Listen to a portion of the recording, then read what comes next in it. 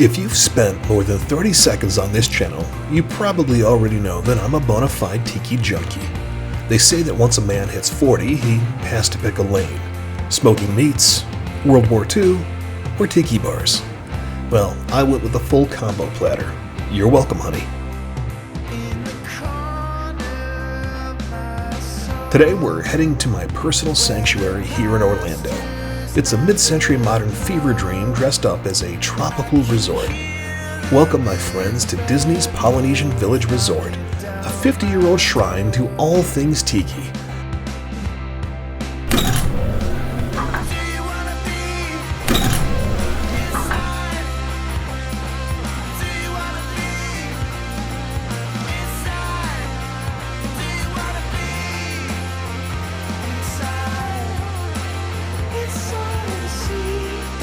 Brought to you by the same folks who gave us the Enchanted Tiki Room, the Jungle Cruise, and whatever the heck that Star Wars hotel thing was supposed to be. Today we're splunking through the thatch and the nostalgia, one carved idol at a time. Join us today as we do just a little splorin'.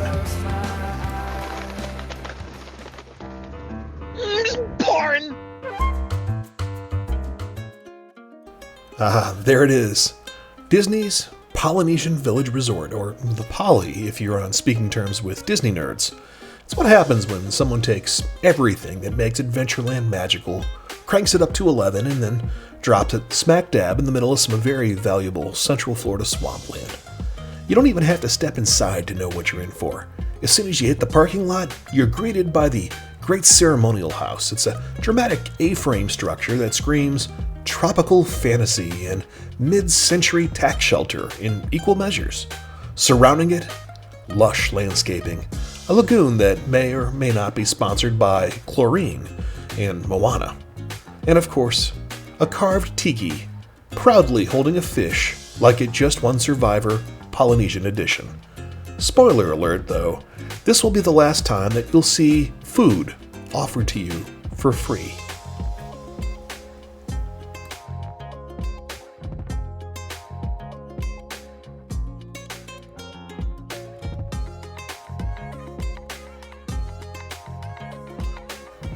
Step into the Great Ceremonial House and it's like being welcomed into a tropical airport terminal designed by mid-century furniture enthusiasts with a deep love of carved faces and artificial waterfalls. The polished stone floors gleam like lava that gave up on being dangerous, while oversized tiki lanterns dangle precariously from the soaring ceilings like festive fruit bats who have gone corporate. In the center of it all, raised garden beds overflow with lush greenery, perfectly manicured to look effortlessly wild, while retro lounge seating invites you to pretend that you're waiting for a seaplane that will never arrive. It's a vacation as theater, and the show is just getting started.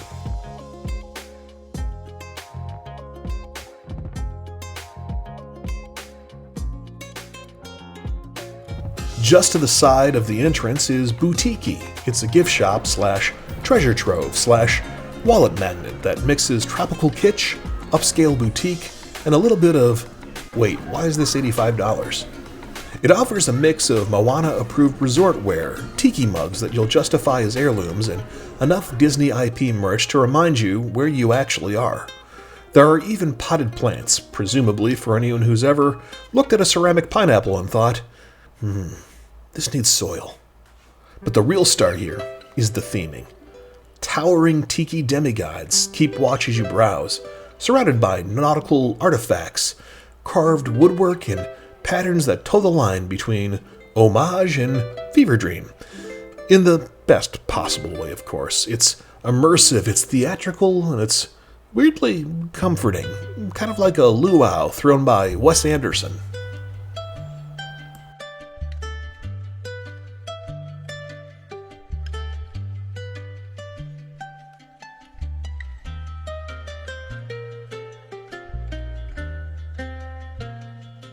The lobby at the Poly doesn't just flirt with its theme, it goes all in, like a vacationing accountant who got talked into a full-sleeve tattoo in Maui. The Polynesian aesthetic is everywhere, from bamboo-lined corners to tribal patterns that feel a bit more curated than chaotic. As you wander through, you'll spot a mix of vintage gems and carefully curated replicas, but the crown jewels are the genuine carvings from legendary Oceanic Arts of Southern California. Ascend the grand staircase to the second floor and you'll find yourself face to face with the kind of artwork that whispers, "Yes, this is Tiki with a capital T." Most of these pieces were carved by the one and only Leroy Schmaltz, a name that means something if you've ever priced a $300 mug on eBay. Oceanic Arts was the go-to spot for tiki decor back in the golden days of Disneyland and later helped fill the halls of Disney World with a kind of authenticity that you just can't fake. Seeing their work in person feels a bit like stumbling into an art gallery that also sells Dole Whip. And believe me, we mean that in the best possible way. A quick detour before we climb any higher. There is one other shop tucked inside the great ceremonial house. It's the Moana Mercantile. It's a cute little toy store with just enough nautical theming to technically count as tiki, but not enough to really hold our attention, so yeah, moving on. Now let's talk food. Specifically, let's talk about the two heavy hitters upstairs, Kona Cafe and the ever-popular Ohana. Now, Kona brings casual vibes with just a splash of South Pacific flair. Bright, breezy, and great for a morning pick-me-up or an impulsive macadamia pancake decision. But it's really Ohana that pulls most of the focus. Towering carved figures born from the imagination of Disney's finest tiki dreamers stand guard over a warmly lit dining space that's decked out in rich woods, stone walls, and a hefty dose of old-school Polynesian Resort charm.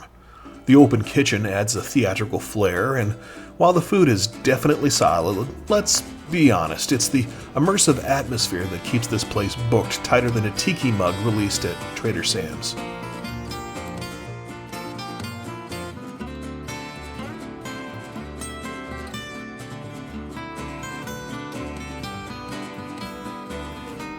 Heading back downstairs, we find one last major food crowd pleaser, the Poly.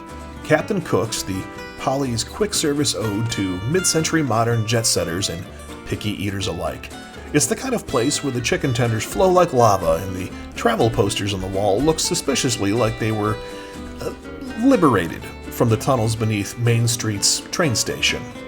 Now, while it might lack the mystique and sophistication of its upstairs siblings, it more than makes up for it with French fries, fountain drinks, and a reliable seat for a meltdown. If your crew turns their nose up at grilled shrimp or anything served on a skewer, this is where you're going to end up, probably more than once. As we step outside of the great ceremonial house, we get a taste of the Poly's lush, spread-out charm. Scattered across the property are a dozen or so longhouses named after Pacific Islands, though let's be honest, they all kind of look like cousins at best or identical twins at worst. The architecture leans heavily into the 1960s through 1980s Polynesian nostalgia. Rich dark woods, golden orange accents, carved panels, and enough hanging Japanese fishing floats to signal a shipwreck. The whole vibe does a surprisingly solid job of muting the chaos of Orlando and swapping it for the mellow hum of a generic tropical dreamscape. Historical bonus, John Lennon officially quit the Beatles from this very resort. Yes, that's right. This place was so tranquil that it inspired the Beatles to blow up the band. Ask about the Yoko suite when you get there. You won't get it, but the cast member's face when you do is well worth it. At the far end of the property stands the relatively new Polynesian Island Tower. It's a sleek, modern addition that's quickly become a go-to for the thousands of Disney Vacation Club members who call this place home for a week, or 10 every year. It's a noticeable departure from the rest of the resort. It's brighter, it's newer, and far less inclined to just start hitting you over the head with a carved tiki mask every 5 feet. Still, there's just enough island flair baked into it to keep the whole thing in the Poly family, and to remind you that, yes, you are still on vacation, and no, you cannot afford to live like this full time. You can tell from the outside it's a lot less retro themed, a lot less kitsch, but also is tropical and Polynesian as it looks. The theming is certainly not as heavy-handed as the main area of Polynesian. This appears to be the most popular area. This is the Wailulu Bar and Grill. Looks like they do have breakfast, at least here. Breakfast, restaurant, and bar, 7 a.m. to 11 p.m. This is Disney's own 7-Eleven, obviously. You can see they've got some very cool-looking carvings on the gables of this place, as well as the legs. Those are fairly accurate portrayals of some of the actual carvings that you would find in some of the islands in the Pacific. On top of that, you can also see the patterns that they have put in above it. Some of the patterns look a little bit more like a New Zealand, but they are not, I can tell just by looking at them, as cool as they look, they're not really authentic. The real patterns that you would find in the Polynesian areas actually have certain meanings to them. Each shape has its own defined meaning, and these are not the shapes that are part of that. They are, however, beautiful. I love the greenery that's going up the center area in the corner of this building right here. You can see a little retro. Actually, some of the markings there, like you see the triangles, that would be shark's teeth. You can see some of the ones that mean waves. You could see fish chasing. You could see people standing. Those markings are real. That being said, I don't know they specifically mean anything particularly, or if they're just using symbols that they've seen, but definitely a little bit more authentic than the ones on the bar here. Also, take a look at that area, that open area in the center of the building with the carved wood and the shag lights. I don't know what that is, but at some point, I need to be up there. All in all, I gotta say it's beautiful. I would love to come out here and check it out at some point. So I might just have to do that. One other area I want to show you, this open area right here. You can see the wooden arches. You can see there's the bamboo, the cage lights that are in wicker, the art on the walls. I don't know what that is either. I am definitely going to find out, but I think that's going to be its own episode of Splorin'. Because as much as this is indeed part of the Polynesian, I think we can all agree this is sort of its own thing. Right near the exit, you see these murals of sorts that they have up here. You've got the whale, you've got the hammerhead shark, you have the lizard, you have the gull, you have the turtle, you have the dolphin, and you have the stingray. These animals are all a very common, a reoccurring theme in terms of the sea to the Polynesian people. So they did their homework. Back on the patio of the Great Ceremonial House, we find Trader Sam's Tiki Terrace. Now, let's be honest, we're going to end this whole adventure inside Trader Sam's Grotto, which is Disney's loving homage to the over-the-top tiki bars of yesteryear. The terrace, in contrast, is kind of like the appetizer to the main course. It's got a bar where you can still snag those fancy souvenir-laden drinks.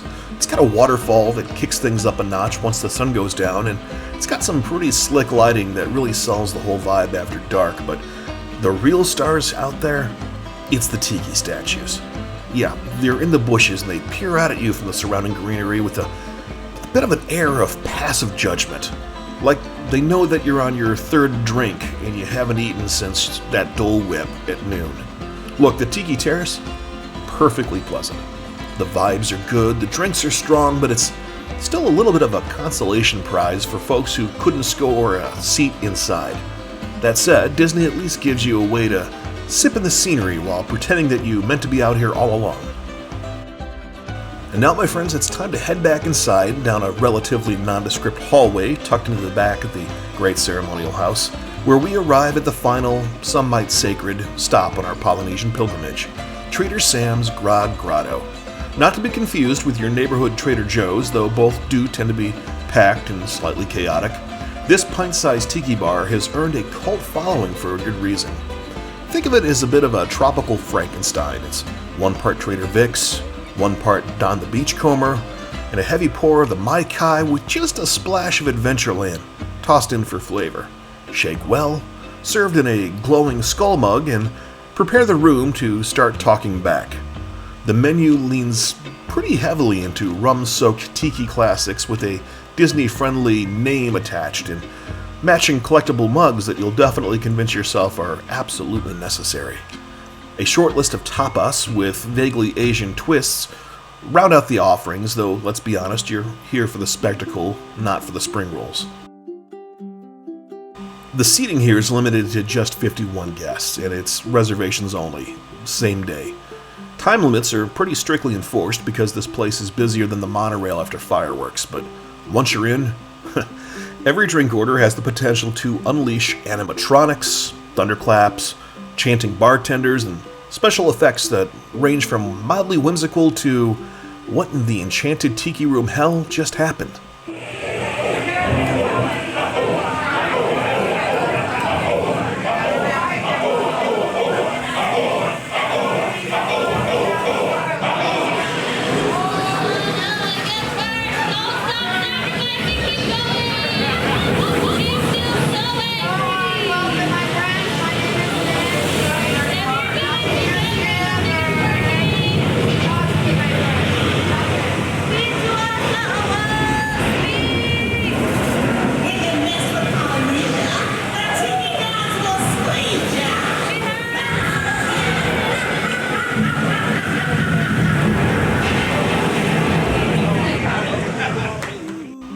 The Decor is a masterclass in curated clutter. Fishing floats, nautical nonsense, glowing idols, mid-century cast-offs, and the occasional Easter egg from a long-dead tiki temple across the country. It's immersive, it's ridiculous, it's brilliant. Prepare yourselves for this wonder of nature. It's another pearl! Ah, so magical. Magical? Sure. Over the top? Absolutely. But if there's one place in Disney World that truly earns the title of "you gotta see it to believe it," it's this wonderfully weird little grotto. Joining us right now from Trader Sam's, Greg from Greg's Game Room, also Greg's Vlog. This is your second time joining us for the Tiki and Mid-Century Modern series. You've been here with me one time before. You also don't drink. But I am tonight. But you are tonight. Got tonight has a little bit of rum. It's like the scratch-off tickets, the little scratchings. You want to see Greg's Game Room woozy? What'd you get? Just watch the pineapple. It's got a little bit of rum. Spiky pineapple. Spiky pineapple. I could ask for the minimal spiky. The minimal spiky. You know, what the heck? You only live once. That's what they tell me. Yeah. He was outside in the rain, by the way. That's why he's a little damp. Also, right over here from Coker Culture, we have both Chad and we have Zach. Yesterday, they were with the Scare Actor Troupe at Sir Henry's. Yes, we were. And here from Atlanta. In more of my videos than most people from Orlando are. And then right over here, our new friends, although we've been talking for the last couple of years, we have both Megan and Darren from Magical Vacation Memories. They are sort of local, right? Yes. All right, what did you guys go with? Oh, hold on. Somebody just fired off 2 shots of rum. I'm sorry. What did you guys go with? Went with the Schweitzer Falls Mm-hmm. and the whatever the bottom was. So really, between most of us, they're not making jack off of us tonight. And with that, we, my friends, are bidding a fond aloha to my happy place here in Orlando, Disney's Polynesian Village Resort. Though the Tiki and mid-century modern theming can be somewhat inconsistently placed among the various IPs of modern Disney cinema, it remains an absolutely gorgeous love letter to the retro tropical world that I have come to love so very much.